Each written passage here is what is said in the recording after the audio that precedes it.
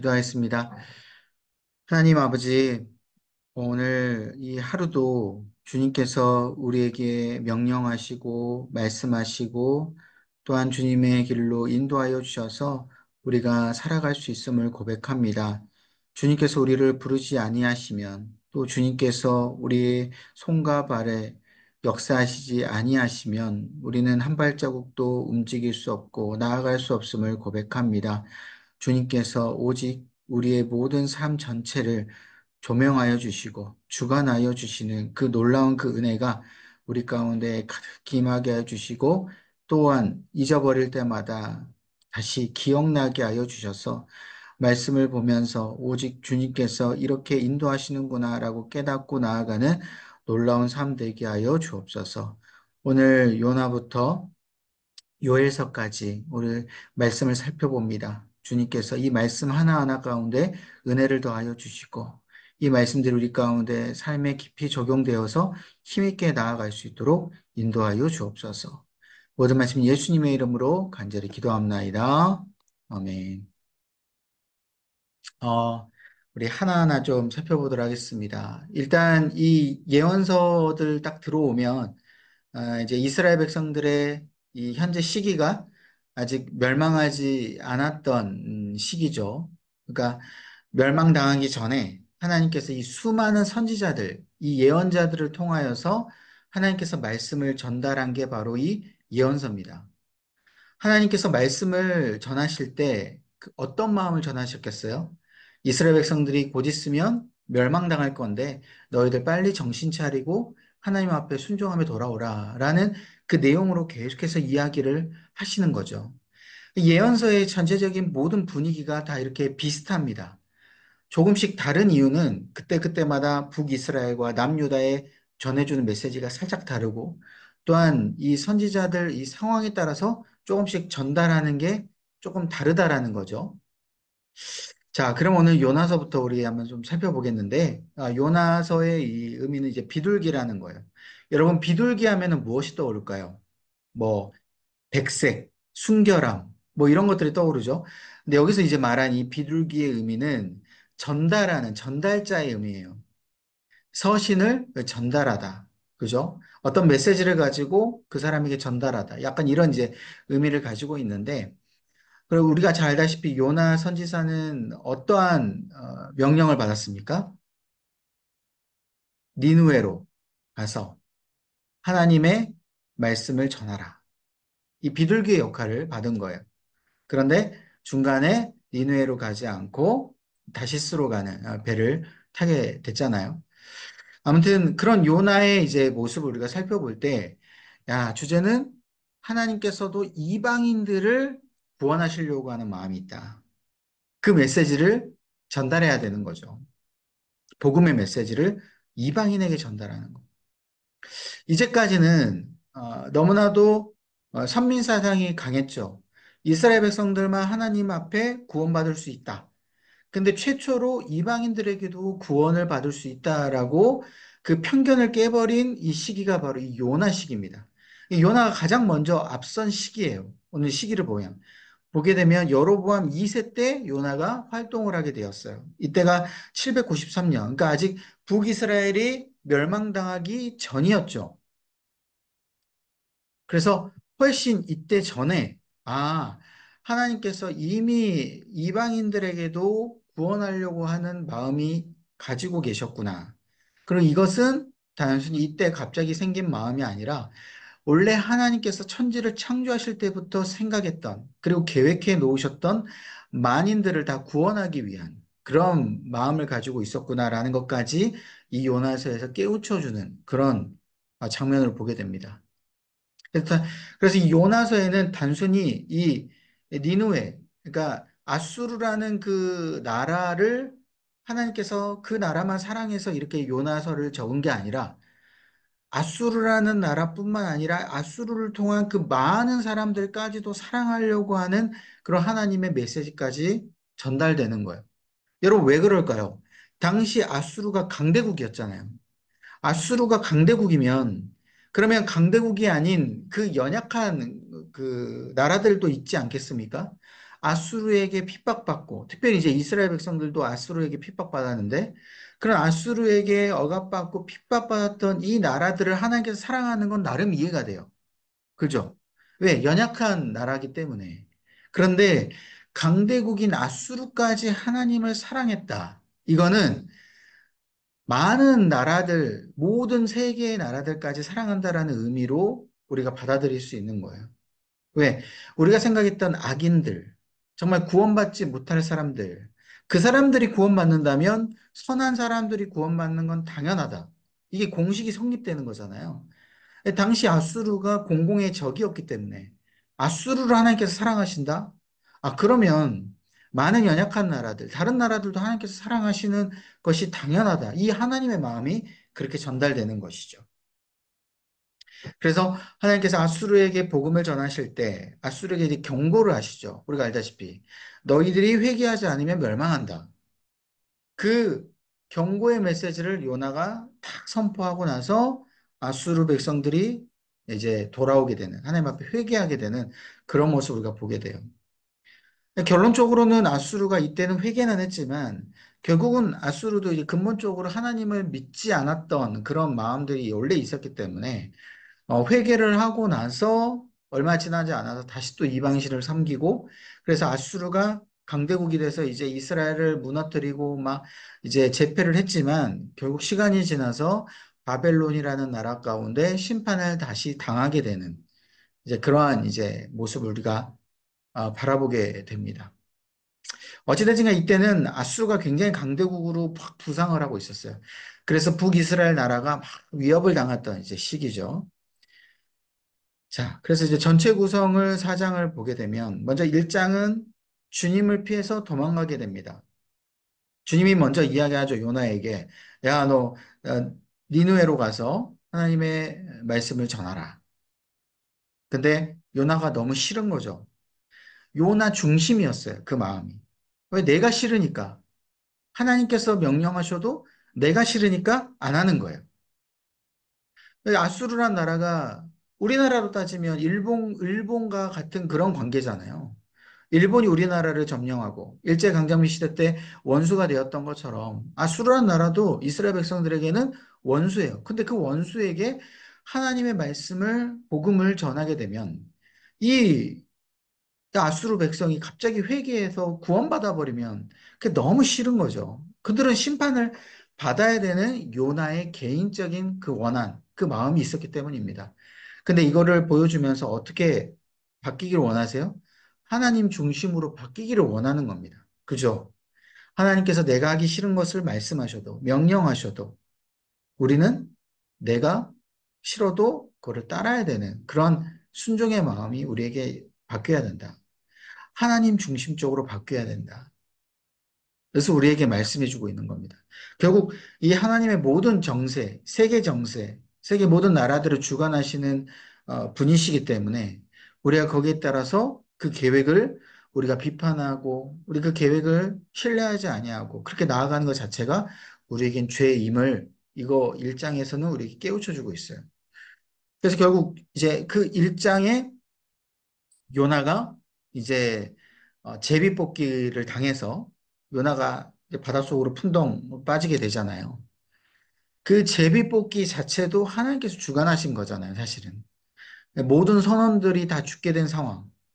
요나도 가만히 있으면 요나가 뭐 사실은 뭐 나 때문에 그렇게 풍랑이 이런 것도 아니고 그렇게 충분히 주장할 수 있음에도 불구하고 제비가 뽑히고 요나가 자기 자신이 이제 솔직하게 내가 이러이러한 상황 때문에 지금 이렇게 풍랑이 왔다라고 이야기하는 그 모습 이렇게 모든 나아가는 것들이 실상 하나님께서 다 주관하신 부분이다라는 것이죠.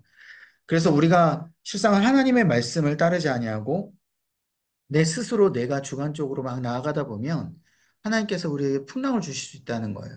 그리고 제비를 뽑아서 우리가 그 가운데 하나님 앞에 나아갈 수밖에 없게끔 하나님께서 이렇게 주관하실 수 있다라는 것이죠.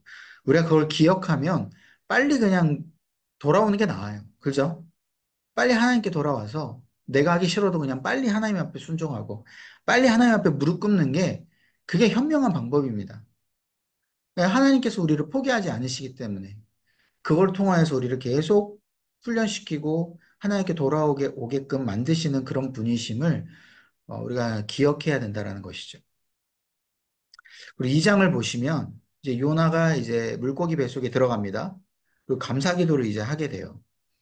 기도의 장면이 나타나게 되는데 그 기도의 모습을 보게 되면요. 실상은 요나가 너무나도 그냥 표면적으로는 하나님 앞에 감사하는 것 같아요. 아, 내가 주님 앞에 순종하지 않아서 이렇게 물고기 뱃속에 들어왔습니다. 하나님, 제가 너무나도 죄송하고, 이제 이렇게 하나님을 높여드립니다. 하나님을 찬양합니다. 아, 뭐, 막 이렇게 그 표면적인 그 글씨로만 보면 요나가 하나님 앞에 감사하는 마음으로 우리가 볼 수 있지만, 실상은 진실되지 않는 마음이었어요. 그게 어떤 마음이냐면, 아, 하나님 저 원래 알고 있었어요. 그래요. 하나님은 정말 위대하시죠. 하나님은 정말 최고이십니다. 그래요. 하나님 정말 영광 받으세요. 약간 이런 그 약간 비꼬는 말투. 어. 그래서 하나님은 저 이렇게 물고기 뱃속에 넣으셨잖아요. 약간 이런 그 굉장히 섭섭함과 그 억울함과 화난 마음. 그런 것들이 나름 기저에 이게 깔려 있다라는 것이죠. 뭐, 이해는 됩니다. 우리도 그러잖아요. 네, 물론 하나님의 모든 것들을 알고 있어요. 메시지도 알고 있고 뜻도 알고 있어. 근데 내가 너무 싫어가지고 그걸 안에서 이렇게 요나처럼 뭔가 풍랑을 만나고 물속에 뱃속에 들어가면 우리 어떻습니까? 그거 받아들이는 데가 너무 힘들잖아요. 마음이. 물론 알고 있었지만 그래요. 하나님 제가 뭐 잘못했습니다라고 이야기는 하지만 그 마음 가운데 있어서는 꼭 하나님 꼭 이러셨어야만 했나. 약간 이런 마음이 우리가 들 때가 있다라는 거예요. 요나가 그런 인간적인 우리와 비슷한 그런 마음들을 지금 2장이 보여주고 있어요. 사실은. 그 3장에 가다 보면 그 요나가 이제 물고기 뱃속에 이제 나오게 되죠. 그 기도를 통하여서. 어찌됐든지 간에 진실되지 않는다고 하더라도 표면적으로 하나님 앞에 기도를 했어. 그렇게 감사 기도를 했으니 하나님께서 이 요나를 다시 건져주시는 거예요. 요나가 그렇게 사명을 감당하도록. 그죠? 이게 하나님의 이제 용서의 방법이기도 하고 알면서도 우리에게 주시는 은혜이기도 합니다. 결국 이제 요나가 니느웨로 갑니다. 니느웨로 가서 어떻게 해요? 그 사흘길 안에 그 열심히 이렇게 돌아다녀도 다 돌지 못할 그 큰 성, 그 니누에를 단 하루 만에 이렇게 돌면서 하나님의 메시지, 복음을 이제 선포합니다. 대충 전했겠죠. 야, 너희들 회개하지 않으면 하나님께서 너희들 심판하신대. 대충 전한 겁니다. 그러니까 이런 대충 전하는 메시지 가운데 과연 회개를 할 수 있을까라고 생각이 들지만 니느웨 백성들, 아수르 백성들이 회개를 해버리는 사건들이 딱 펼쳐지게 돼요. 요나 입장에서는 이게 기가 막힌 거예요. 그래서 이 모습을 보게 되니까 야, 진짜 사장에 들어가다 보면 이제 화가 나는 거예요. 요나가 이제. 야, 진짜 이거 어떻게 이런 일들이 진짜 결국 일어나게 되는구나. 그래서 막 하나님 앞에 이제 막 뭐라고 합니다. 하나님, 내가 이렇게 될 줄 알았잖아요. 하나님 정말 참 자비하십니다. 정말 참 대단하십니다. 하면서 확 이렇게 비꼬는 말로 이렇게 합니다. 그러니까 하나님께서 박농쿨을 탁 예배해 주셔가지고 요나가 쉴 수 있도록 만들어 주시다가 갑자기 박농쿨을 착 말라버리게 하시죠. 요나가 그에 대해서 확 짜증을 내는 거예요. 이 박농쿨 도대체 왜 가져가셨냐고. 그러니까 하나님께서 이제 이야기하시죠. 박농쿨, 너가 기르지도 않았고, 너가 물도 주지 않았던 이 박농쿨, 너가 이렇게 아끼는 박농쿨인데, 하다못해 내가 이렇게 수십만 명이 되는 이 사람들, 내가 태초부터 사랑했고, 이 사람들을 내가 창조했고, 내가 인도해 이 사람들을 내가 어찌 사랑하지 않을 수 없겠느냐, 않겠느냐. 그렇게 하나님께서 말씀하신 메시지로 끝나게 돼요. 결국은 마지막에 요나는 하나님의 정말 이 뜻이 있고 마음이 담겨진 이 메시지에 어떻게 대답을 했고 반응했는지는 나오진 않지만 결국 요나는 아무 말도 아마 못했을 것 같아요. 그리고 하나님께서 주신 이 메시지 가운데 요나가 마음 가운데 깊이 깨달음이 아마 들었을 겁니다. 아까 처음에 말씀드렸듯이 선민사상, 아, 이스라엘 백성만 하나님께서 사랑해 주신 줄 알았고, 결국 이들을 하나님께서 심판하시기를 원했는데, 하나님께서 이들을 가지고 복음을 전하고 이들을 회개하게끔 만드시는 그 하나님의 마음. 아, 결국 하나님께서는 아수르를 사랑하신 게 진심이었고 뿐만 아니라 이 많은 주변에 있는 나라들까지도 하나님께서 사랑하시는구나. 이들에게 복음을 전하시기를 원하시는구나. 이게 내 마음대로 하면 안 되겠다. 라는 그런 마음의 깨달음이 이제 찾아오게 된 것이죠. 처음에는 요나가 받아들일 수 없었던 이유가 너무나도 우리는 공감이 돼요. 아, 결국 하나님께서는 이 아수르를 설마 구원하시겠어. 근데 구원해서 복음을 전하라고 말씀을 딱 해버리니 이게 충격을 받게 된 거죠. 요나 입장에서는. 그래서 우리 가운데 전혀 예상치 못한 하나님의 메시지와 말씀을 들었을 때, 또한 내 마음과 정반대되는 하나님의 말씀을 들었을 때, 그렇게 충격을 받는 부분은 어느 정도는 이해는 됩니다. 그렇지만 우리가 그에 대해서 끝까지 순종하지 아니하고 나아가는 모습은 우리에게 없어야 된다. 우리가 결국 하나님을 신뢰하고 나아가는 모습이 있어야 된다. 이걸 알려주고요. 자, 두 번째는 호세아입니다. 호세아는 구원에 대한 의미예요, 구원. 구원하심. 하나님께서 구원하셨다. 자, 이 주제를 보시게 되면, 당시에 이제 북이스라엘을 중심으로 예언을 하게 된 거예요. 이 호세아도. 아직은 북이스라엘이 멸망당하지 않았습니다. 이때 호세아는 이사야 시대에 같이 나왔던 선지자였어요. 이 당시 북이스라엘이 너무나도 문란합니다. 결혼, 결혼 생활, 하나님과의 결혼 생활이 이제까지 너무나도 잘 이어졌어야 됐는데, 이스라엘 백성들이 이방신과 행음을 했다라고 간주를 하게 된 거죠. 그래서 이 결혼 생활로 호세아에게 하나님의 마음이 어떤지를 지금 알려주고 있는 거예요. 신부가 바람을 핀 거예요.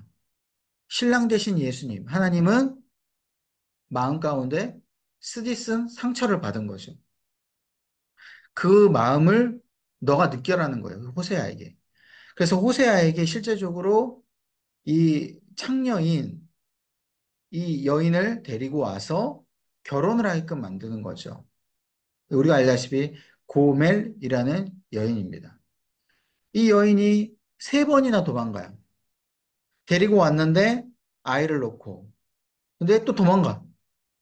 또 데리고 와. 아이를 또 낳았어요. 또 도망가요. 이거를 하나님께서 세 번이나 아내를 데리고 오라는 거예요, 호세아에게. 그래서 하나님께서 끝까지 이스라엘 백성들을 얼마만큼 참으시고 이스라엘 백성들을 끝까지 신부로 들이시려고 했던지 그 노력을 이 호세아에게 보여주고 싶어 했던 겁니다. 그래서 호세아를 통해서 이 북이스라엘 백성들에게 너희들 지금 모습이 바로 이 창녀인 고멜과 같다라는 것을 알려주고 했다라는 것이죠. 결국 우리 호세아서를 보게 되면 아, 하나님과 우리 사이는 결혼 관계구나. 우리가 하나님만을 사랑하면서 우리가 나아가야 되는데 우리가 인생을 살다 보면 하나님만이 아니라 여러 가지를 사랑하는 우리의 모습이 있구나라는 것을 우리가 깨닫게 되게 됩니다. 자, 전체 내용 한번 보세요. 그래서 호세아는 고멜이라는 여인과 결혼을 했고 언약 관계로 묘사가 되는데 중요한 건 다른 남자와 또 행음을 했지만 계속해서 아까 말씀드렸듯이 계속 받아들이는 그 모습 가운데 하나님의 사랑이 얼마나 인내심이 크고 얼마나 큰지를 알려주는 그런 내용이에요. 자, 그러면 전체 14장으로 되어 있는데 먼저 앞에 1장부터 3장까지를 보게 되면 이 고매를 받아들이는 이제 호세아의 모습을 보게 됩니다. 하나님께서 명령하신 거예요. 야, 음란한 여인을 아내로 맞이하라. 여러분 한번 생각해 보세요. 내가 아무리 선지자예요. 내가 아무리 하나님의 종이에요. 제가 이 호세아서를 읽으면서 굉장히 충격을 받았던 건 뭐냐면 내가 지금 하나님의 종인데 만약에 나에게 이런 여인을 맞아들이라고 나에게 명령하셨다. 아, 그럼 정말 충격을 많이 먹을 것 같아요. 하나님 도대체 이게 무엇인가요? 저에게 이 사역자로서 선지자로서 목회자로서 저를 이렇게 불러주셨는데 왜 이렇게 이런 결혼, 또 이렇게 가정을 또 일구시라는 하나님의 명령이 도대체 왜 있는 겁니까? 라고 아마 하나님 앞에 굉장히 제가 강하게 이야기했을지도 몰라요. 받아들이기 어려웠겠죠. 근데 이 호세아는 그런 어떤 큰 고민이나 이런 내용의 메시지는 성경 말씀에 있진 않아요. 그렇지만 어느 정도 좀 고민은 했겠죠. 그렇지만 아까 말씀드렸듯이 요나와는 좀 다른 모습을 보여지게 돼요. 요나는 거절을 했고 그렇게 반항을 했지만 결국 호세아는 고민을 했을지언정 하나님께서 명령하신 것을 그대로 순종하게 됩니다. 그래서 고매를 맞아들이게 돼요. 그런데 이 고매를 처음으로 이제 결혼을 해서 이제 맞아들였는데 그때 얼마나 큰 결심을 해서 맞아들였겠습니까? 그러니까 이제 아들을 낳게 돼요. 그런데 이 아들이 이스르엘이라고 아들을 낳게 됩니다. 이 이스라엘의 뜻은 뭐냐? 하나님께서 씨를 흩어버린다라는 뜻이에요. 이러면 생각해 보세요. 내가 자녀를 낳았는데 그 자녀의 이름의 뜻이 하나님께서 흩어버리신다. 어, 그런 의미를 가지고 이제 자녀의 이름을 진다고 생각해 보죠. 그 얼마나 슬프고 힘들겠어요. 예, 하나님의 뜻이 담겨져 있는 거예요. 이스라엘 백성들이 이렇게 내가 흩어버리겠다. 또 둘째 딸을 낳아요. 로루하마. 이 뜻은 뭐예요? 긍휼히 여겨서 용서하지 않을 것이다. 그러니까 앞에 로가 부정의 의미입니다. 그리고 루하마가 하나님께서 긍휼히 여기신다라는 뜻이에요. 그러니까 하나님께서 긍휼히 여기신 걸 부정해요. 그러니까 긍휼히 여기지 아니하신다라는 뜻이겠죠. 로루하마. 나 이스라엘 백성들을 절대 용서하지 않겠다. 셋째는 또 나왔는데 로암미. 로도 부정이에요. 그러니까 로라는 게 부정이에요. 그러니까 암미가 내 아들, 내 백성이란 뜻이에요. 내 백성이 아니다라는 것이죠. 그래서 이 세 명의 이 자녀를 통하여서 하나님께서 이스라엘에게 보여주시는 그 부정의 의미, 그 저주의 의미가 얼마나 강력한지를 지금 알려주고 있는 거예요. 참, 이 호세아 입장에서는 얼마나 슬프고 힘들겠습니까? 이스라엘 백성들을 너무 사랑했고, 자기 가정을 꾸렸는데 그 가정의 자녀의 이름들이 이렇게 저주의 뜻을 가지고 있는 자녀들로 이렇게 이름을 지어야 됐어요. 너무나도 마음이 찢어지고 힘들겠죠. 이게 바로 하나님의 마음이다라는 것을 호세아에게 알려주고 있는 거예요. 그래서 고멜은 방탕한 이스라엘 백성들을 상징합니다. 그리고 하나님을 따르지 않는, 그리고 계속 도망가려고 하는 그런 이스라엘의 모습을 보여주게 돼요. 고멜은. 자, 그다음부터 4장부터 14장까지 이제 하반 이제 부분은 이스라엘 향한 하나님의 사랑을 그대로 이야기를 해줘요. 먼저는 제대로 깨닫게 만들어줬고, 이때는 이스라엘 백성들이 정말 어떠한 모습이었는지를 적나라하게 보여줘요. 그래서 그럼에도 불구하고 하나님께서 이스라엘 백성들을 사랑하신다라고 결론을 내리는 거예요. 이스라엘 백성들은 어떤 모습이 있냐? 하나님을 아는 것이 아무것도 없어요. 하나님을 아는 지식이라고 그러는데 하나님에 대해서 아는 게 너무 없어요. 여러분, 우리가 사람을 사랑하게 되면 그 사람에 대해서 많은 걸 알잖아요. 그 상대방이 무엇을 좋아하고, 상대방의 생일이 며칠이고, 상대방이 어떻게 마음을 먹기를 좋아하는지, 취미가 뭔지, 뭐 이런 것들. 내가 상대방을 사랑하게 되면 그걸 알다시피 이스라엘 백성들은 하나님을 사랑했어야 되는데 사랑하지 않았던 것이죠. 하나님에 대해서 아는 게 아무것도 없어요. 그 하나님을 아는 지식이 없다라고 하나님께서 강하게 말씀하세요. 내가 무엇을 좋아하는지, 내가 그토록 싫어하는 게 뭔지, 나 이방신을 섬기는 거 정말 싫어해. 근데 너희들은 그 이방신을 섬기고 있어. 너희들이 그걸 행음을 저지르고 있어. 참 특별히 아는 지식이 없어도요.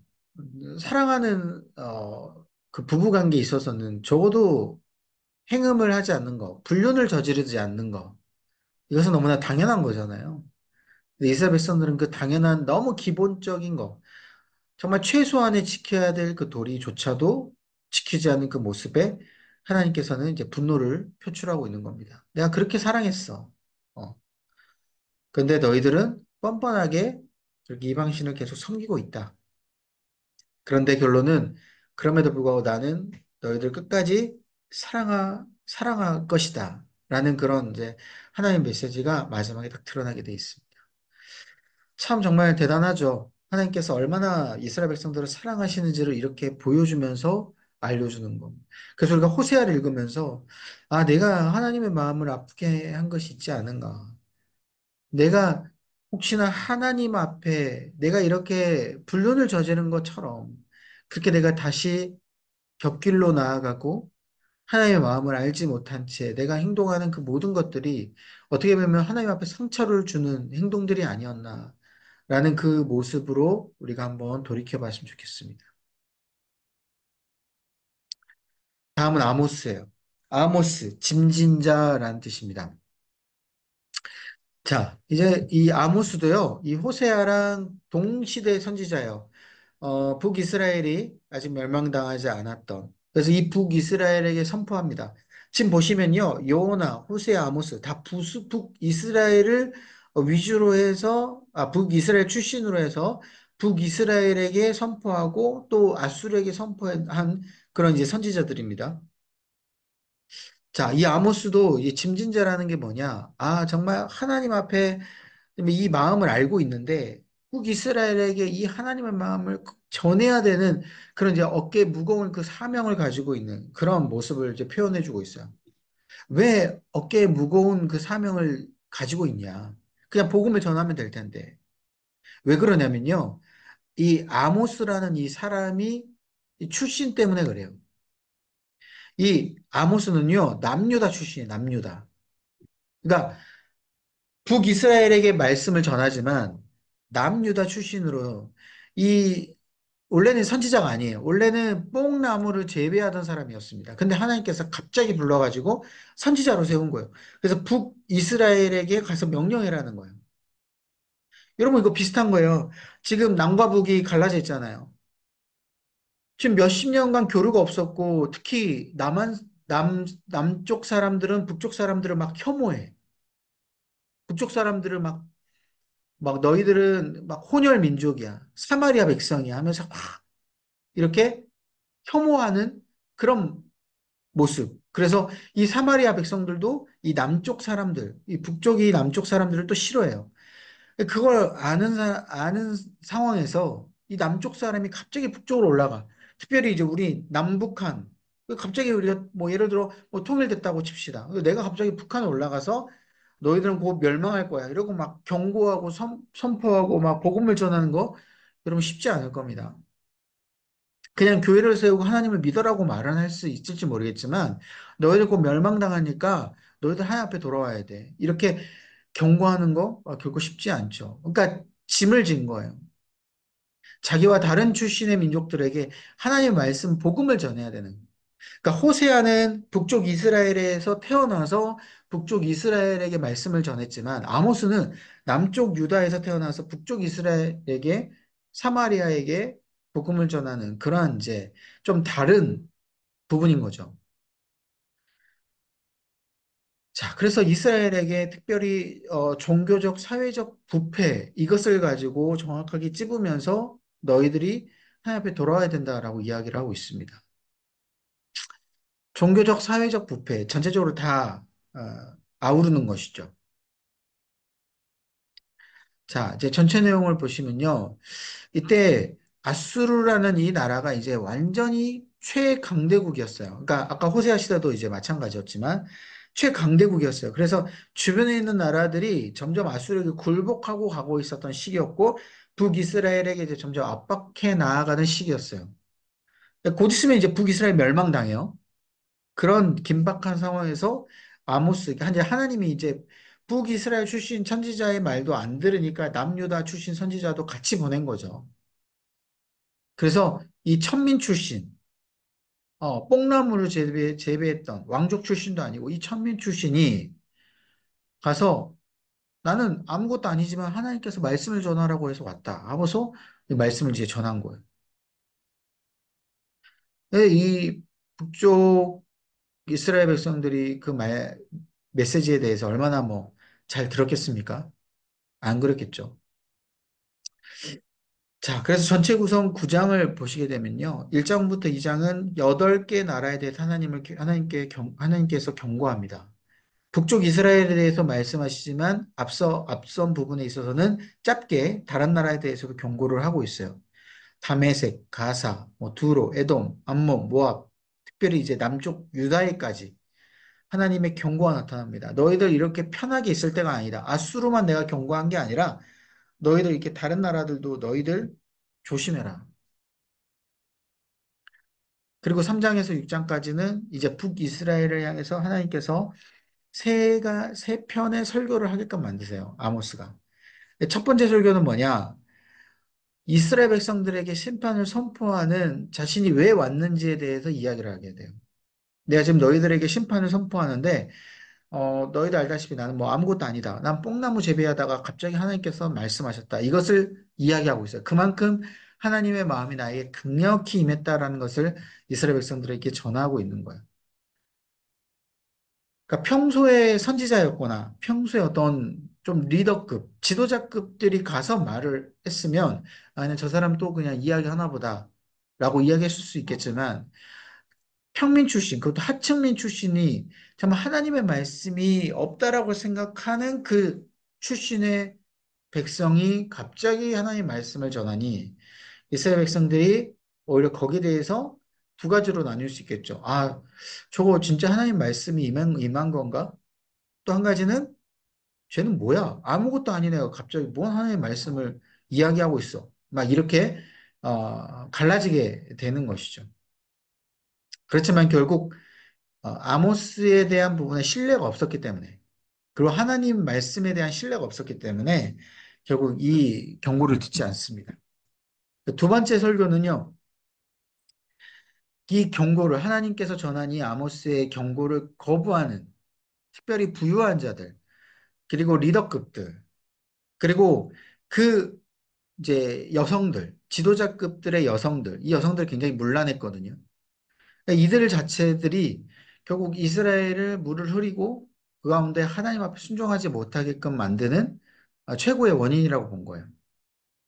근본적인 원인. 그러다 보니까 하나님께서 이거에 대해서 강력하게 선포합니다. 첫 번째 설교했을 때 콧방귀를 끼고 듣지 않았던 이들, 바로 이들이에요.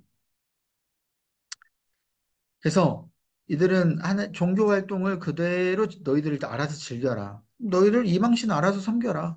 그래? 난 심판하겠다.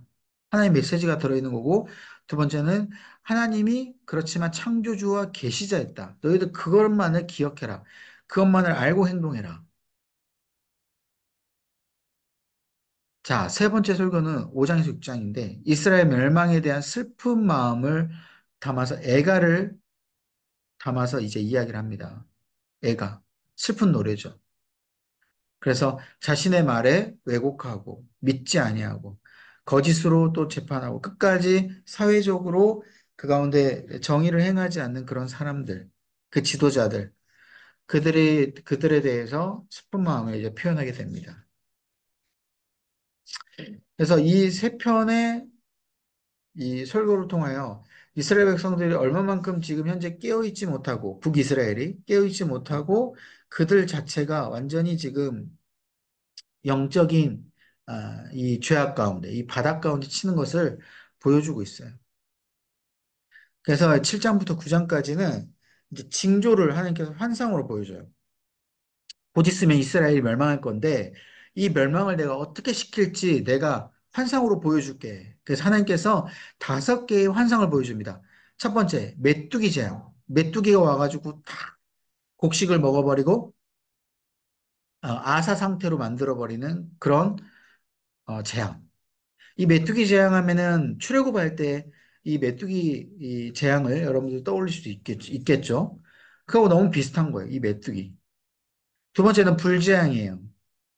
그래서 이 불재앙은 막 불이 막 임해가지고 모든 남아있는 곡식들, 그러니까 메뚜기가 먹고 남은 곡식들까지 다 태워버리는 이런 이제 불재앙이 일어난 거예요.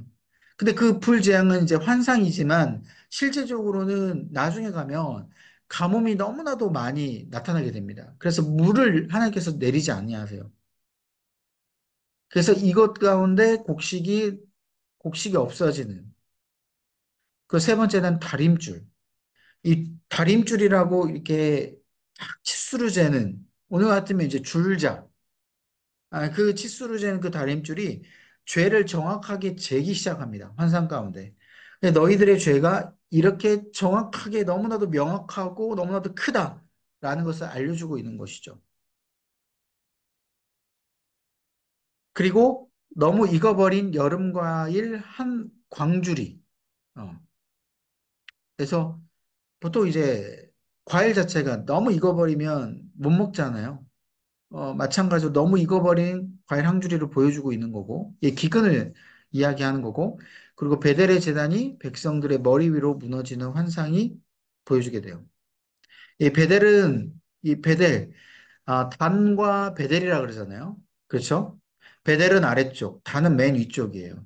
그러니까 하나님의 백성들이 단과 베델에 모여가지고 그 가운데 제사를 드리고 하나님 앞에 섬기는 그런 제단, 이 베델의 제단이 완전히 무너져 버리게 되는 거예요. 하나님 앞에 더 이상 이제 섬길 수 없는, 나아갈 수 없는 이런 환상. 결국 이 환상이요, 실질적으로 일어나게 됩니다, 나중에. 뭐, 가뭄이라든지, 기근이라든지, 그리고 그 가운데 이 재단이 파괴되는, 수르가 쳐들어와가지고 단과 베델, 이 재단을 이제 완전히 무너뜨려 버리게 되는, 그리고 실제적으로 이 메뚜기들이 많이 와가지고 곡식을 먹었다라는 요세푸스의 역사적인 기록도 있어요. 이것들이 실제적으로 징조라고만 생각하는 게 아니라 진짜 하나님께서 나중에 보내셨다라는 거예요, 멸망할 때. 근데 이제 이것들이 결국 실제적으로 이루어졌지만 마지막에 하나님께서 다시 회복시켜 주시리라. 그거는 나중에 포로기한 할 때 회복시켜 주시는 하나님의 메시지겠죠. 그래서 참 이렇게 하나님께서 슬프게 징조를 이야기하시고 멸망을 선포해도 받아들이지 않는 그 이스라엘 백성들. 그리고 결국 이 멸망들을 하나님께서 내리고 싶지 않으셨지만 어쩔 수 없이 내릴 수밖에 없는 현실. 이것이 정말 좀 너무 힘든 거죠. 다음 미가입니다. 여러분 미가는 누가 여호와와 같은가라는 뜻이에요. 누가 여호와와 같이 정말 이 땅의 창조주가 되시고 또 정의를 공의를 내보이시는 그만큼 사랑이 많으시는 분이신가라는 뜻인 거죠. 그만큼 우리가 하나님을 섬기고 하나님을 높여드리며 나아가야 된다라는 뜻을 드러내고 있습니다. 그래서 미가의 주된 키워드는 뭐냐? 공의와 자비예요. 공의와 자비. 왜 그러냐? 이스라엘 백성들이 지금 현재 사회적으로 너무 부패해 있기 때문이에요. 정의가 없고 공의가 없습니다. 약한 사람들을 무너뜨려요. 권력을 가진 사람, 돈이 많은 사람들이 지도자를 다 하고 있다라는 거예요. 그래서 이거를 이 미가가 비판하면서 하나님께서는 정의와 공의가 흐르는 하나님이시기 때문에 너희들 빨리 정의와 공의를 행해서 하나님 앞에 나와라. 그걸 지금 이야기하고 있는 거죠. 결국은 하나님께서는 예수 그리스도를 보내시고 예수 그리스도를 통하여 이 땅을 회복시켜 주시리라. 왜? 지금은 이렇게 정의와 공의를 선포해봐야 너희들이 듣지 않는다라는 것이죠. 자, 그래서 선지자 설명 및 시대를 보시게 되면 이때 기간은 언제냐? 이제 요담 즉위. 이때는 이제 이스라엘 백성들이 북이스라엘 백성들이 딱 멸망하는 그 시기예요. 멸망하는 시기. 이때는 북이스라엘과 남유다 둘 다 예언을 하게 됩니다. 이 미가 선지자는 뭐냐면 갓 지파에 속한 모레셋이라는 마을의 출신이었어요. 조그만 마을인데 이 마을 가운데 있어서도 부정부패가 일어나고 그래서 이 마을 출신의 이 미가가 하나님의 메시지를 받고 밖으로 나와 봤더니 모든 나라들의 분위기가 다 이런 정의와 공의가 흐르지 않는 그런 나라들의 모습을 보게 되는 것이죠. 자, 전체 내용을 보시면 여호와 하나님과 맺은 언약을 너희들이 어겼다. 그러니까 너희들 하나님의 심판의 경고가 있다. 지금 이제 북이스라엘이 완전히 멸망당하고 있다. 그러니 너희들 이렇게 되지 않으려면 지금 빨리 정의와 공의를 너희들이 가지고 있어라. 하나님처럼 그렇게 너희들이 나아가라. 라고 이야기를 하고 있습니다. 네, 강력하게 선포하고 있는 거예요. 너무나도 보니까 이방신을 섬기는 것 그걸 이제 뛰어넘어서 이스라엘 백성들에게는 이러한 하다못해 사회적인 기본적인 부분도 지켜지지 않는 이제 그런 이제 혼돈의 시대가 된 거죠. 북이스라엘이 이제 망하고 있으니까.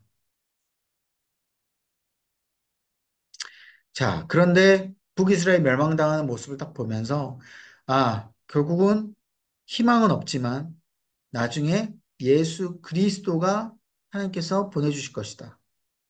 그래서 예수 그리스도가 이 땅 가운데 오셔서 우리를 하나님의 나라로 만들어 주실 것이다. 라는 희망의 메시지를 이야기합니다. 그게 이제 7장 14절에 나온 이제 그 임마누엘 그리고 예수 그리스도에 대한 이제 이야기인 거죠. 자, 전체 장은 7장까지인데 제가 4장으로 오타가 났네요. 7장입니다. 첫 번째 이제 1장부터 3장까지는 이제 징벌을 합니다. 공의를 하나님께서 이야기를 하고 있는 것이죠. 사마리아와 유대 특히 거기에는 사회적으로 너무 부패하고 공의가 없어요. 그래서 하나님께서 왜 징벌을 하려고 하시냐? 너희들 공의가 없지 않냐? 공의가 있어야 된다. 너희들 사회가 다 무너졌다. 그래서 밑바닥까지 이스라엘 백성들이 그렇게 무너지고 그런 이제 모습을 이제 보여주게 되면서 미가가 너무나도 애통하고 있는 거예요. 슬퍼하고 있는 거예요. 아, 이렇게 북이스라엘이 이제 멸망을 하는구나. 어. 그래서 특별히 이스라엘 통치자들, 지도자들, 이들이 회개해야 된다. 돌아오라. 라고 이야기합니다. 그리고 4장부터 5장은 약속을 합니다. 이제 하나님께서 이 공의를 베푸셔서 이스라엘 백성들을 멸망하지만 결국은 이 멸망한 이스라엘 백성들이 나중에 회복을 할 것이다. 포로 생활이 끝나고 결국은 이 아수르란 나라도 멸망할 것이고 나중에 북 이스라엘뿐만 아니라 남유다가 멸망하고 난 바벨론도 멸망할 것이다. 그 이후에 하나님께서는 다시 이 땅 가운데 회복시켜 주실 것이다. 그걸 약속을 하고 있어요. 아직 망하지도 않았는데 물론 지금 이제 멸망하지만 그 다음에 이제 포로 가운데 삶과 죽음을 거쳐서 원수들을 이겨낸 사람들도 있어요. 그 사람들은 끝까지 하나님을 잘 섬겼던 밑에 백성들이에요. 소수의 백성들. 그 백성들은 이 땅 가운데 남겨져서 그들을 이 땅 가운데서 회복시켜 주실 것이다. 라고 이야기합니다. 그래서 여러분 나중에 그때 우리 배우셨잖아요. 앞선 우리 이제 멸망당하고 나서 다 끌려가잖아요. 끌려갈 때 지도자들 위주로 다 끌려가고 남아있는 백성들은 이스라엘 땅에서 또 거기서 이제 영향력을 받으면서 포로 생활하는 그런 모습을 우리가 배웠잖아요. 그죠? 그러니까 그 남아있는 백성들, 그 백성들을 하나님께서 어여쁘게 여기시고 그 가운데 회복을 시켜 주신다라는 메시지인 거죠. 다음 세 번째는 이 유다를 이제 북이스라엘 말고 이제 유다가 남유다가 이제 이 정결하게끔 내가 만들 거다. 그리고 이 유다의 원수들을 심판할 거다라고 하나님께서는 명령하고 있습니다. 그래서 북이스라엘은 멸망한 건 너무 다행이지만 너무 다행이 아니라 너무 이제 정상적이지만 그 밑에 남유다가 멸망당할 것도 이미 지금 이야기를 해주고 있어요. 어. 앞으로 이제 남유다 멸망을 하려면 140년이라는 시간이 더 있어야 돼요. 아직은. 이제 북이스라엘 멸망당하거든요. 근데 그 먼 훗날의 메시지까지도 이야기를 해주고 있는 거예요. 다음 이제 6장, 7장은 용서를 이야기합니다. 그렇지만 하나님께서 이렇게 선포를 했지만 결국 자비하신 하나님께서 회복시켜 주시는 거죠. 하나님께서 이스라엘 백성들을 이제 법정에 고소를 해서 재판을 받고 심판을 해서 자, 형량 몇 년을 때리겠습니다. 땅땅땅 지금 때려버린 거예요. 그 형량이 70년이에요.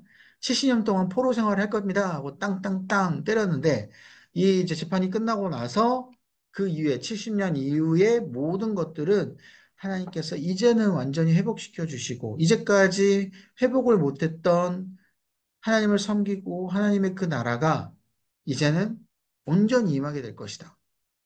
그게 예수 그리스도를 통하여서 임하는 그런 하나님의 나라를 이야기해 주고 있어요. 그래서 결국 여러분 우리가 모든 일희일비할 게 아니라 우리 중간에 나와 있는 하나님의 모든 풍파 또한 하나님께서 우리에게 경고하신 이 메시지는 영원하지 않다라는 걸 우리가 기억해야 돼요. 아, 우리를 비록 지금 심판하고 무엇인가 하나님의 뭔가 메시지를 우리에게 던져주고 우리를 이렇게 힘들게 하나님께서 지금 몰아가시지만 결국 하나님께서 우리를 사랑하시고 우리를 인도하셔서 결국 하나님께서는 우리를 용서해 주시고 자비하셔서 우리에게 회복시켜 주시리라 라는 그 메시지를 우리가 기억해야 됩니다. 근데 결국 하나님께서는 자비와 공의로우신 분이기 때문에 이 심판은 피할 수 없다. 그래서 결국 이 미가서는 이 공의와 정의를 통하여 하나님께서 정확히 심판하시고 그 심판이 끝난 회복을 정확하게 이야기하는 그런 메시지를 우리가 알 수가 있죠. 아, 미가서 6장 8절이 주제 말씀이에요. 그래서 사람아 주께서 선한 것이 무엇임을 내게 보이셨나니. 선한 것이 뭐예요?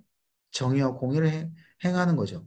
여호와께서 내게 구하시는 것은 오직 정의를 행하며 인자를 사랑하며 겸손하게 내 하나님과 함께하는 것이 아니냐. 이걸 기억하시고 나아가면 좋겠습니다.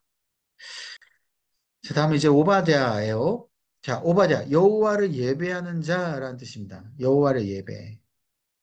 자, 이때 시기는요. 여러분 이제 한참 뒤에요. 아까 미가서보다도요. 이제 100년이 더 지났어요. 그죠? 자, 이때는 어느 시기냐? 바로 남유다가 멸망하는 시기예요. 미가서 때는 북이스라엘이 멸망당하고 남유다 때는 이제 오바댜 때는 곧 있으면 남유다가 멸망당할 시기가 이제 찾아온 겁니다. 그래서 하나님께서 오바댜를 통하여서 남유다에게 이야기를 하고 있는 거예요. 근데 특별히 이 오바댜는요. 남유다에게만 이야기한 게 아니라 주된 나라가 바로 에돔 족속이에요. 에돔 족속. 그러니까 이때는 곧 있으면 남유다를 하나님께서 멸망시키리라라고 이제 확정을 짓고 있는 그때에 에돔 족속을 보니까 너무나도 좀 이런 표현 죄송하지만 너무나도 꼴보기가 싫은 거예요. 하나님 보시기에. 왜냐? 에돔 족속이 이스라엘 백성의 형제 나라잖아요. 에돔이 누구예요? 에서잖아요, 에서. 그죠? 야곱과 에서. 결국 형제 나라인데 이 형제 나라가 이스라엘 백성들이 곧 멸망당하고 이렇게 처참하게 무너지는 모습을 보면서 이스라엘 백성들을 도와줄 생각을 안 하고 어떻게 해요? 오히려 이스라엘 백성들을 같이 공격을 해버려요. 아수르랑 함께, 그러니까 바벨론이랑 함께, 그리고 다른 나라들과 함께. 그래서 이러면 안 된다라는 거예요. 형제 나라가 이스라엘 나라가 멸망당할 때 낄낄대고 그런데 같이 공격하는 게 아니라 도와줘야 될 거 아니냐. 하나님께서는 이 모습에 너무나도 이제 진노를 하시는 거죠. 그래서 이 에돔 족속을 경고합니다. 너희들 그러지 마라. 그래서 이 오바댜는요, 1장밖에 안 돼요. 그래서 이 내용이 뭐냐면, 이 에돔의 그 주요 도시가 그 페트라라는 도시예요. 페트라. 이 도시는 고대 이제 완전히 요새 도시입니다. 그러니까 그 누구도 와서 쳐들어올 수가 없어요. 그러니까 쳐들어와서 점령하기가 되게 어려운 이 도시인 것이죠. 그런데 바벨론이라는 나라가 이때는 강대국이에요. 이제 아수르는 이미 지나갔고, 이제 바벨론의 나라가 유다를 이제 공격하고 이제 곧 있으면 멸망당할 이 시기인데, 이 시기 때 너희들이 가만히 뒷짐지고 있어요. 그리고 뿐만 아니라 오히려 도와줘요. 바벨론을. 막 이스라엘 백성들을 같이 공격해가지고 노예로 어, 넘기고, 그러니까 에돔이라는 이 나라가 자기들도 멸망당할까 봐 두려워서 바벨론이라는 나라를 도와주는 부분은 물론 있을 수 있겠지만 하나님께서는 그 부분에 대해서도 철저하게 심판하시고 이야기를 하시는 거예요. 너희들이 어떻게 그럴 수가 있냐? 어. 그래서 결국은 너희들 이 철옹성 같은 이 요새도 하나님께서는 너희들 멸망시키면 너희도 충분히 끝난다. 너희들 너무 초롱성의 이 요새를 믿지 마라. 그렇게 이제 이야기하고 있는 거죠. 완전 이건 심판이에요, 심판. 그래서 지금 다른 예언서를 보면 북이스라엘이나 남유다에 대한 심판과 회복이 같이 있어요. 회복을 같이 시켜주리라. 그 약속이 같이 있는데 이 에돔 족속에 대한 회복은 없어요. 하나님께서 너희들 심판하겠다 하고 그냥 끝나요. 이게 굉장히 좀 무서운 거죠. 하나님께서는 진짜 사랑하는 족속, 그리고 그들을 이제 세워주리라고 이제 마음먹은 그 족속들은 아무리 심판을 해도 회복을 시켜주시는데 이 에돔 족속은 완전히 버림당하고 그 가운데 하나님 앞에 그 완전히 심판당하고 이제 끝나는 이제 그런 모습을 보게 됩니다. 그러니까 나중에 결국 이제 이 에돔 족속이 이제 멸망당하잖아요.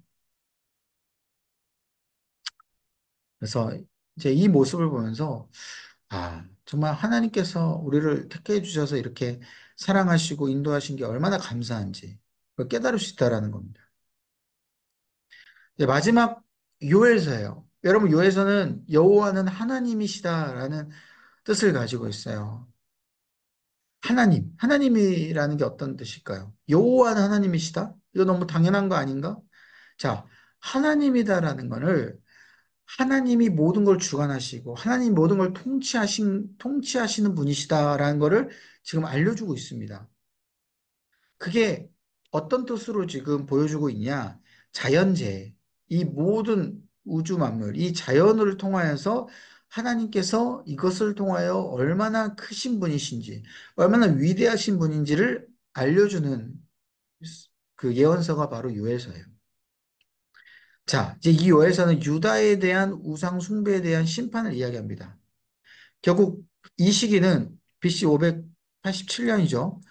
586년에 유다가 멸망하는데 바로 그 멸망당하기 1년 전이에요. 1년 전에 요엘서를 통하여 철저하게 심판을 보여주고 있어요. 이때 유다가 어떻게 멸망당할 것이다라는 걸 알려주고 있는 거죠. 특별히 자연재해를 통하여 유다가 멸망당하고 그리고 추후에 회복을 하나님께서 또 시켜주시는데 그때는 이 성령의 날, 구원의 날로 하나님께서 갚아주신다. 그거는 너희들을 멸망을 시켰던 모든 다른 나라를 내가 이렇게 성령의 날로, 여호와의 날로 그들을 나름 심판해 버릴 거다라고 하나님께서 이야기를 해주고 있어요. 그래서 전체 내용을 보시면요. 메뚜기와 성령이 키워드입니다. 여러분, 메뚜기 아까 어디에 있었어요? 이 미가. 그죠? 그 메뚜기의 그 심판, 그 징조, 그게 나타나는 게 바로 이때 이후에 나타나게 되는 거예요. 그래서 메뚜기 떼가 막 나타나가지고 모든 걸 다 먹어버려요. 그래서 이거를 유다 민족의 황폐하는 그 모습을 철저하게 보여주고 있어요. 이걸 이제 환상으로 보여주게 되는 것이죠. 특별히 이 메뚜기 떼는 이제 하나님께서 사용하시는 도구가 바벨론이기 때문에 이 메뚜기 떼는 바벨론과 연결이 돼 있습니다. 그래서 바벨론이 확 와가지고 멸망시키는. 실제적으로 메뚜기 떼가 나타나기도 하고요. 또 이후에는 이런 이제 메뚜기 떼가 와서 멸망시키지만 결국 성령이 나타나셔서 회복시켜 주신다. 성령의 그 날에 주변에 있는 많은 나라들을 하나님께서 심판하시고 예수 그리스도가 나타나신다. 하나님의 나라가 온전히 임한다. 그래서 마지막 그 신약 시대까지도 예언하는 그런 모습을 우리가 볼 수 있어요. 그래서 전체적으로 3장 두 부분으로 나눌 수 있는데 2장 17절까지 보게 되면 이 메뚜기 재앙에 대해서 이야기를 합니다. 결국 바벨론이라는 메뚜기, 그 이후에는 또 진짜 메뚜기 떼가 나타나서 심판을 하게 되고 이스라엘 백성들이 그 심판을 통하여 하나님을 다시 찾게끔 만드시는. 이제 1년 뒤에 어찌됐든 간에 멸망하긴 해요. 그렇지만 그 멸망당한 것을 이때 이미 예언을 통하여서요. 이스라엘 백성들이 뭘 깨달아요? 아, 1년 전에 메뚜기 때, 그걸 우리에게 보여주셨는데, 그 메뚜기 때가 바벨론이었구나. 그리고 그 메뚜기 때를 통하여 우리가 지금 멸망당했구나. 그리고 이렇게 나중에 메뚜기 때가 또 찾아오게 되면서 우리는 이렇게 황폐하게 되었구나. 하나님 앞에 회개할 수 있도록 지금 보여주고 있는 거예요. 그러니까 이때는 남유다가 회개해도 돌이키지 않을 만큼 멀리 오긴 한 겁니다.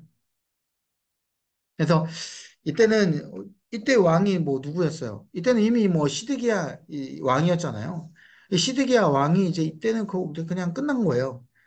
사실은 돌이킬 수 있었던 상황은 예전에 히스기야 다음 북이스라엘 나라가 멸망당하고 나서 히스기야 때 멸망당했는데 그때 이후에 멸망당하고 나서 그 이후에 므낫세 왕 때 하나님께서 이제 완전히 멸망시키리라고 그때 이제 마음을 먹으셨던 거죠. 돌이킬 수는 없지만 이스라엘 백성들이 이제 회복을 다시 하고 회개를 하면서 나오기를 바라는 마음으로 이것을 말씀해 주고 있는 거예요. 그래서 이 재앙은 너무나도 힘든 재앙이긴 하지만 지금 현재 이스라엘 백성들에게는 완전히 멸망당하는 이제 재앙으로 찾아오게 돼요. 예전에 출애굽 때는 구원을 주는 재앙이었잖아요. 근데 지금 이 메뚜기 재앙은 완전히 이 힘든 재앙으로만 그냥 끝나는 것이 아니라 완전히 그냥 멸망당하고 없어지는 그런 재앙. 참 안타깝죠. 2장 18절부터는 하나님의 반응을 보게 됩니다. 이런 이제 심판을 선포하고 나서요. 하나님께서 이제 회복을 이야기합니다. 그 구원을 이제 선포하게 되는 거죠. 메뚜기가 갉아먹은 이 황폐화된 이 땅에서 하나님께서 다시 풍년을 허락하십니다. 다시 온전한 회복을 선포하고 계세요. 그래서 이 회복은 뭐냐? 70년 포로 생활이 끝나고 나서 하나님 나라를 다시 이 땅 가운데 건설시키는 그런 놀라운 일들이 펼쳐지게 될 것이다. 그래서 에스라, 느헤미야 이때 시기 때 온전히 회복되는 그런 모습. 특별히 에스라, 느헤미야 때는 이스라엘 이 땅이 회복이 되지만 결국 신약 시대 때 예수님을 통하여서 하나님의 나라가 회복이 되고 성령을 통하여서 이제 온전한 하나님의 나라가 끝까지 이어지는 그런 모습을 이야기를 해주고 있습니다. 그래서 이때 구약 시대 때 처음으로 성령의 날, 성령이라는 이 메시지가 이 요엘서에 먼저 가득히 임하게, 그러니까 메시지가 선포하게 돼요. 그래서 이 성령의 날이라는 거는 이때 너무나도 중요하게 먼저 부각이 됩니다. 그 전까지는 성령의 어떤 부분은 부각이 되지 않았어요. 다 하나님께서 막 주도하시고, 막 예수님께서 이제 올 것이고, 막 이 정도였지. 성령이 앞으로 예수님 승천하시고 난 이후에 성령이 이제는 완전히 주관할 것이다라는 거를 이때 이야기를 해주고 있는 겁니다. 그래서 여러분, 요엘서가 중요한 게 바로 성령을 통해서 우리가 어떻게 하나님의 나라를 우리가 경험하고 회복을 할지 거기에 대해서 우리가 기대할 수 있게 되는 것이죠. 왜? 예수님은 끝까지 있지 않으니까. 예수님은 3년 동안만 이 땅 가운데 계시니까. 그래서 성령을 통한 회복을 이 땅을 우리가 바라보게 되는 겁니다. 그래서 이 요엘서를 읽으면서 하나님, 제가 눈에 보이지 않는 성령님을 통하여 우리 가운데 온전히 회복과 그 성령님이 인도하신 그 길대로 우리가 나아가게 해달라고 여러분 그렇게 같이 읽으시면 좋을 것 같습니다. 기도하겠습니다. 하나님, 우리 가운데 이 복음의 메시지가 있음을 얼마나 감사한지 모르겠습니다. 이 복음의 메시지가 없다면 하나님의 마음을 알 수도 없고 하나님이 얼마나 애통하는지도 모른 채 우리가 그렇게 음란을 행하며 그렇게 이방신을 섬기고 또 하나님의 길 외에 다른 격결로 빠지는 우리의 모습이 있었을 터인데 하나님께서 이 복음의 메시지를 우리에게 허락하시니 우리가 다시 격결로 가다가 다시 주님을 바라볼 수 있고 우리가 다시 음란을 행하는 그 상황 가운데 있어서도 하나님을 온전히 더욱더 사랑할 수 있는 우리에게 기회가 있음을 우리가 다시 깨닫습니다. 주님, 온전히 주님만을 사랑하고 주님께서 주시는 이 길만을 걸어갈 수 있도록 인도하여 주옵소서. 우리는 연약합니다. 때로는 깨닫지 못합니다. 주님, 다시 한번 이 복음의 메시지가 우리의 심장을 뛰게 하여 주시고, 우리의 깊은 주님에 대한 사랑의 갈망이 다시 터져 나올 수 있게 해주셔서 우리가 가는 모든 그런 순간순간마다 하나님 앞에 온전히 접붙임되고 온전히 연합되어서 이 땅을 살아갈 수 있는 우리의 모습 되게 하여 주옵소서. 너무나 이 땅의 시간들이 짧습니다.